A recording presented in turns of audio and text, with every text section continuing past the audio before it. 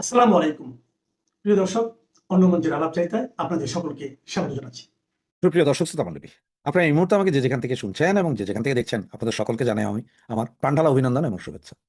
আপনারা নিশ্চয়ই এতক্ষণে জেনে গিয়েছেন যে ইনকিলাব মঞ্চের মুখপাত্র, ঢাকা ৮ আসনের স্বতন্ত্র প্রার্থী, ওই যে টিনের চালে কাউয়া, তারপরে আরেকটা আছে না শব্দ, তালিবের সহায়কার শাহ, হাদি সাহেব গুলিবিদ্ধ। তো যেটা জানতে পারলাম এখন পর্যন্ত পেপার পত্রিকা বা খবরগুলো দেখে, যে কে বা কাহারা হঠাৎ করে ওনাকে মোটরসাইকেল থেকে এসে গুলি করে, সেই গুলি ওনার কানের পাশ দিয়ে যায়, যদিও মারা যায়নি, এখনো বেঁচে আছে। তবে আপনারা ব্যানার এবং হেডলাইনে দেখছেন যে রইল বাকি ৪৯। আপনাদের মনে আসছে নিশ্চয়ই, গতকাল আমি একটা ভিডিও আপলোড করেছিলাম যেখানে আমি বলেছিলাম যে বাংলাদেশের বাঘা বাঘা ইউটিউবার কেউ কিন্তু রাশেদ খানের ৫০ জন মারা যাবে বা টার্গেট কিলিং এ ৫০ জন, এইটা নিয়ে খুব একটা ভিডিও বানায়নি। এবং অনেকে আমাকে বলেছিলেন, ভাই এই ধরনের ভিডিও এটা কি, এটা সত্য নাকি, এই সেই। তা আমি তাদেরকেও বলছি যে এটা সত্য না মিথ্যা সেটা হচ্ছে পরের কথা, কিন্তু রাশেদ খান তিনি পাবলিকলি প্রেস কনফারেন্সের মাধ্যমে বলেছিলেন যে ৫০ জনকে টার্গেট কিলিং করা হবে, নির্বাচনে তফসিল ঘোষণার পর ৫০ জনকে টার্গেট কিলিং করা হবে। এবং তখন আমি আপনাদেরকে বলেছিলাম যে নির্বাচনের হবে বা নির্বাচনের প্রার্থী ঘোষণা ওরা যখন থেকে শুরু করেছিল, যে প্রার্থী বিভিন্ন এলাকায়, তখন থেকে প্রায় ২০০ জন মারা গেছে সব নির্বাচনী কর্মকাণ্ডে, হয় জামাত বিএনপির মারছে, বিএনপি জামাতের মারছে, এই সেই। তো আজকে গতকাল তফসিল ঘোষণা হলো, আজকে সর্বপ্রথম সাউহাদিকে কাউয়া বানায় ফেলাইলো হলো। তো ওকে যে মারছে, এখন ঢাকা পুলিশ, যেটা ঢাকা মহানগর পুলিশের গণসংযোগ বিভাগের উপকমিশনার ডিসি মোহাম্মদ তালিবুর রহমান আপনার বিভিন্ন গণমাধ্যমকে জানাচ্ছে, মোটরসাইকেলে করে এসে দুজন দুর্বৃত্ত আসে এবং তারা হঠাৎ করে গুলি ছুড়ে পালিয়ে যায়। এবং হাদি সাহেব গুলিবিদ্ধ হন কোথায়? পল্টন এলাকায়, তার মানে ঢাকা ৮। আর ঢাকা ৮টা কার? ঢাকা ৮ হচ্ছে যে মির্জা আব্বাসের আসন। মির্জা আব্বাস সম্বন্ধে আপনারা সকলেই জানেন, ওনার অতীত ইতিহাস জানেন, সবকিছু জানেন। তারপর আমি আসলে শিওর না যে মির্জা আব্বাস করছে নাকি রাশেদ খান করছে। এখন আবার হাদি গ্রুপ বিভিন্নভাবে ফেসবুকে অলরেডি সয়লাভ যে আজকে বিকালের ভিতরে মির্জা আব্বাসের বাড়িঘর জ্বালাই দিবে, ভেঙে দিবে। মির্জা আব্বাসের উপর খুব খেপা, কিন্তু আসলে কি মির্জা আব্বাসের উপর খেপা হওয়ার দরকার নাকি রাশেদ খানকে নিয়ে আসা দরকার?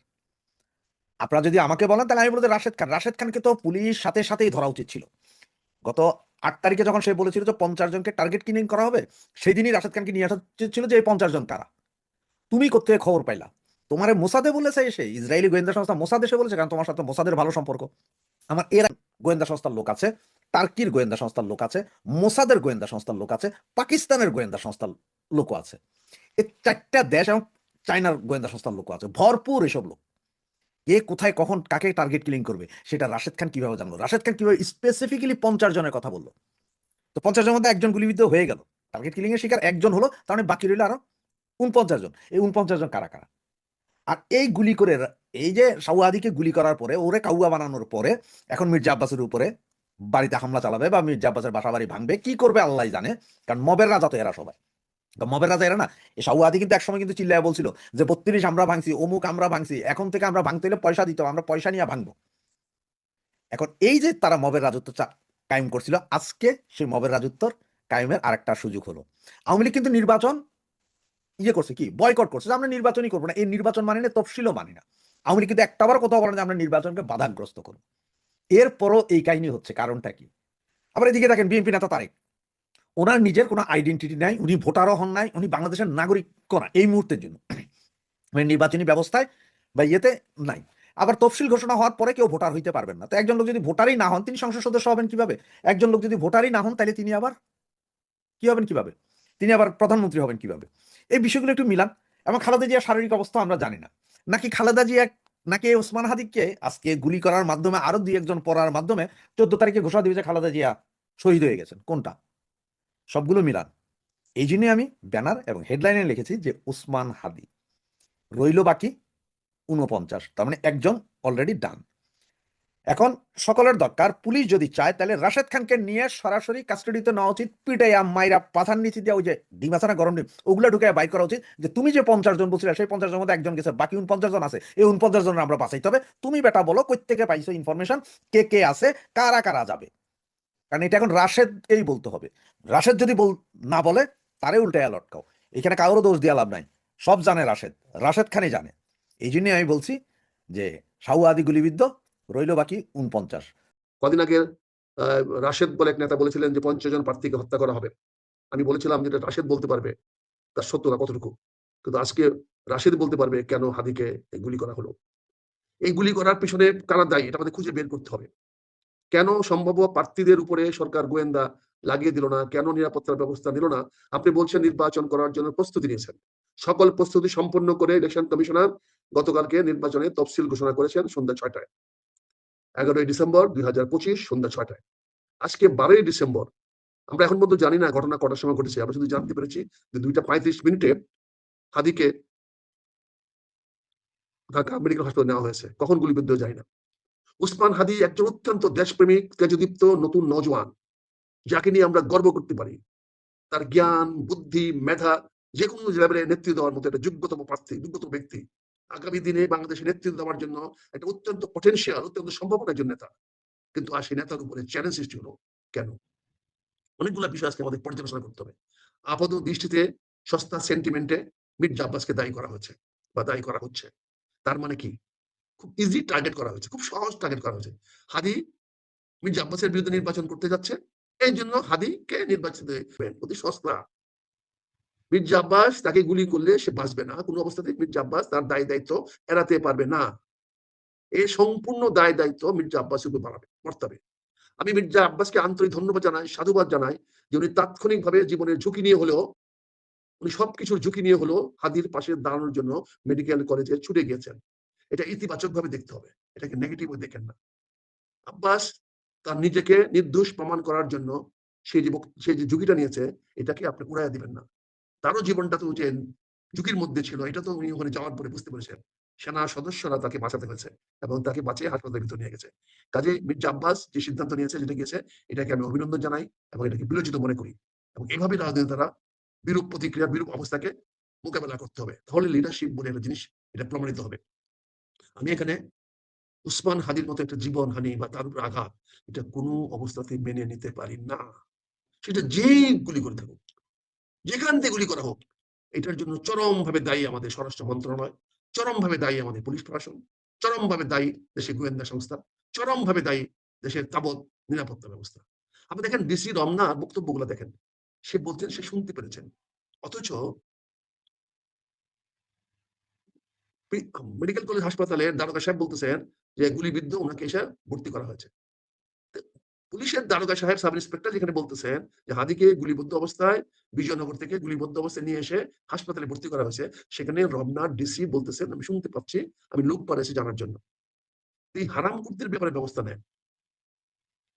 এদের ব্যর্থতার জন্য তো আজকে বাংলাদেশের অবস্থা।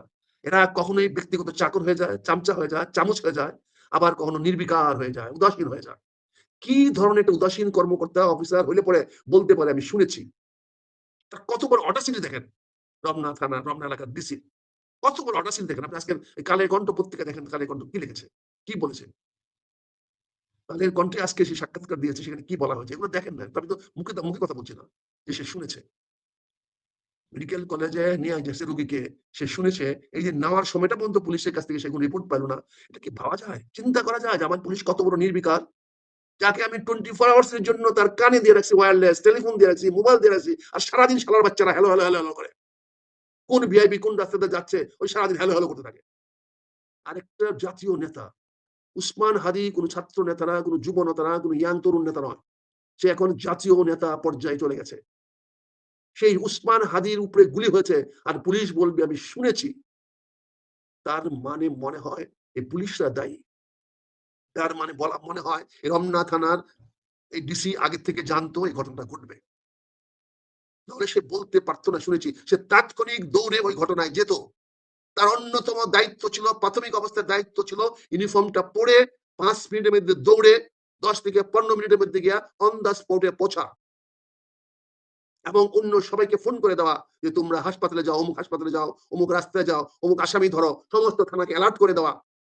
এবং সিসি ক্যামেরায় যে মোটরসাইকেলটা দেওয়া যাচ্ছে, সেই মোটরসাইকেলটা কার, কি, ক্লোজ সার্কিটটাকে আরো ক্লোজ করো, করে আইডেন্টিফাই করো কি গুলি করেছে। তোমার সিসি ক্যামেরায় তো সেই গুলি দেওয়া লোকটা ধরা পড়েছে। তাহলে তুমি তাৎক্ষণিক সে ব্যবস্থা নাও নাই কেন? তার মানে প্রমাণ হতে যাচ্ছে যে ডিসি এটা পরোক্ষভাবে বা প্রত্যক্ষভাবে এই ঘটনা সম্বন্ধে তার ধারণা ছিল এরকম একটা ঘটনা ঘটবে। তাই সে উদাসীন হয়ে বলছে আমি শুনতে পেরেছি। তার কোনো রিয়াকশন নাই, তার কোনো প্রতিক্রিয়া নাই। সে শুনতে পেরেছে এবং লোক সেখানে পাঠিয়েছে, নবাবের বাচ্চা। সে ঢাকার ডিসি তার দায়িত্ব জনগণকে নিরাপত্তা দেওয়া। আর এই বেটা কি করেছে? লোক পাঠিয়েছে। এই হলো নবাবী, এই হলো তুগলকি আমাদের পুলিশ। ঢাকা মেট্রোপলিটন কমিশনার সাহেবকে আমি অনুরোধ করবো, বিষয়টি আপনি দয়া করে আল্লাহর ওয়াস্তে প্রফেশনালি দেখেন, আপনার পেশাভিত্তিক দেখেন। কোন দল ব্যক্তির প্রতি আপনার আনুগত্য না দেখিয়ে ঘটনার প্রতি আনুগত্য দেখান। উসমান হাদির মতো একটি জীবন অকালে চলে যাবে, এটা কখনোই বাংলাদেশের মানুষ মেনে নিতে পারবে না।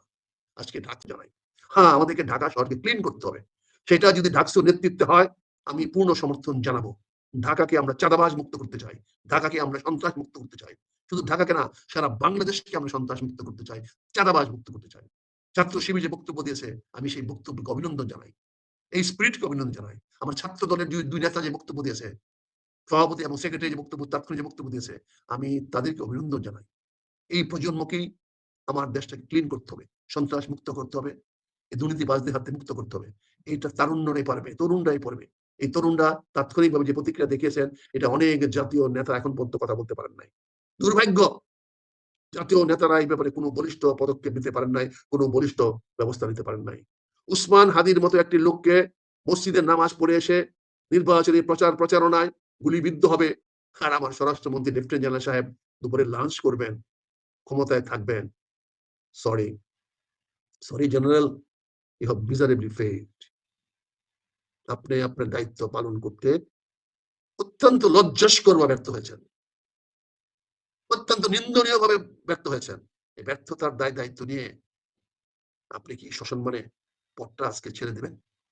এদেশে মানুষের অভাব নাই, স্বরাষ্ট্র মন্ত্রণালয় চালানোর মতো আপনার যে এফিসিয়েন্সি লোক, আমি ডজন বলবো না, শত বলবো না, হাজারে আছে, অনেকেই আছেন যারা অনেক ভালোভাবে স্বরাষ্ট্র মন্ত্রণালয়কে এই দুঃসময়ে দুর্দিনে নেতৃত্ব দিতে পারবে।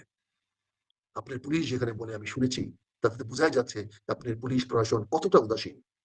আজকে হাদির মৃত্যু হয়েছে, রাশিদের কথা মতো মৃত্যু হয়েছিলাম জানি না, সরি, যেহেতু লাইফ সাপোর্টে আছেন, কমাতে আছেন, সেখানে সম্ভাবনাটা শতভাগ হয়তো আমরা তাকে ফিরে নাও পেতে পারি।